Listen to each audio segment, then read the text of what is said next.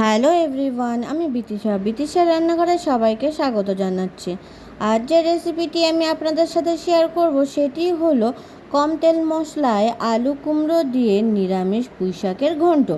চলুন তাহলে দেরি না করে রেসিপিটি দেখে নেওয়া যাক। তার জন্য প্রথমে আমি ও মা চলে গেলাম জমিতে পুঁই ডাঁটা আনতে। এরপর ডাঁটাগুলো থেকে পাতা ছাড়িয়ে নেব। পাতাগুলো আলাদা করে কেটে নিয়েছি, ডাঁটাগুলোকেও ছোট ছোট করে কেটে নেব। মিষ্টি কুমড়ো খোসা ছাড়িয়ে ছোট ছোট টুকরো করে কেটে নেব। আলুগুলোর খোসা ছাড়িয়ে ছোট ছোট টুকরো করে কেটে নেব। সব সবজি একসাথে ভালোভাবে ধুয়ে নেব। কড়াইতে পরিমাণ মতো সর্ষের তেল গরম করে 5 ফোড়ন ও শুকনো লঙ্কা ফোড়ন দেব। ফোড়ন ভাজা হলে দিয়ে দেব পুঁই ডাঁটা, কুমড়ো ও আলু। কিছু সময় ভেজে নেব।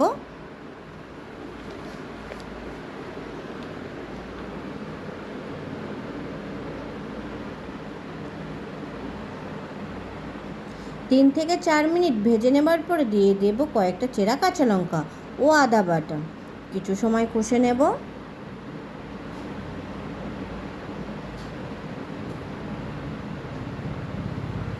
আদার কাঁচা গন্ধ চলে গেলে দিয়ে দেব পরিমাণ মতো লবণ ও পরিমাণ মতো হলুদ। লবণ হলুদ ভালোভাবে আলু কুমড়োর সাথে মিশিয়ে নেব।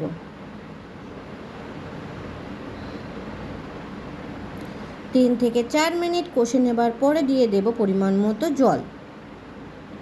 ঝোল নেড়ে চেড়ে নেব।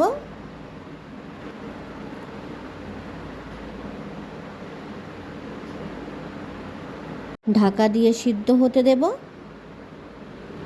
কিছু সময় ভালোভাবে ফোটার পরে ঢাকা খুলে নেব। ঝোল নেড়ে চেড়ে নেব। দিয়ে দেব জিরে গুঁড়ো, মরিচ গুঁড়ো আর দেব অল্প পরিমাণে চিনি। গুঁড়ো মশলা ভালোভাবে ঝোলের সাথে মিশিয়ে নেব। আরও কিছু সময় ফুটিয়ে নেব মাঝারি আঁচে। দেখে নেব আলু কুমড়ো সিদ্ধ হয়েছে কি না। সবজি ভালোভাবে সিদ্ধ হয়ে গেছে।